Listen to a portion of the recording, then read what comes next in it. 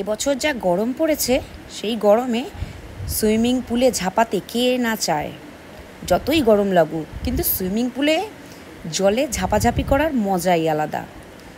সেইটাই ভেবে কলকাতার গরমটাকে মাথায় রেখে আমরা একদিনের জন্য চলে গেলাম জুকার কাছে পাম ভিলেজ রিসর্টে। দেখতেই পাচ্ছ, সকাল সকাল 3টে পোটলাকে ট্যাকে করে নিয়ে আমরা বেরিয়ে পড়লাম পাম ভিলেজের উদ্দেশ্যে। রাস্তায় প্রচণ্ড জ্যামে দাঁড়িয়ে আছি। ব্যাস আমরা পৌঁছে গেলাম পাম ভিলেজে। চেক ইন করার পর আমরা সোজা ঢুকে যাচ্ছি পাম ভিলেজের উদ্দেশ্যে।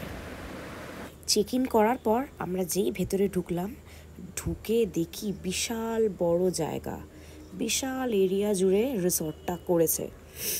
দুদিকে বিশাল বড় বড় লন, পার্ক, সুইমিং পুল, কি নেই। টিনা তো এটা দেখে খুব নাচানাচি করতে শুরু করে দিয়েছিল।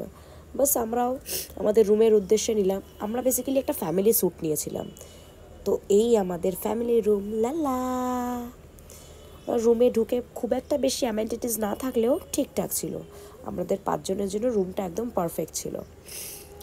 তো রুমে ফ্রেশ হওয়ার পর আমরা সোজা চলে গেলাম সুইমিং পুলে ঝাঁপাঝাঁপি করতে।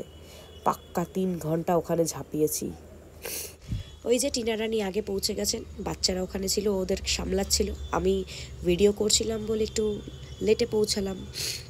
বাচ্চারা খুব এনজয় করেছে পুলে চান করার পর আমরা এসে লাঞ্চ করলাম। লাঞ্চ করে একটু রেস্ট নিয়ে বিকেলবেলা সেজে গুজে একটু ফটোশ্যুট করলাম। অ্যান্ড শো অফ তো আছেই।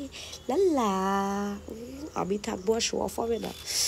যাই হোক, এইভাবে দিনটা আমাদের পুরো কেটে গেল সারাদিন। নেক্সট ডে আমাদের এবার যাওয়ার পালা।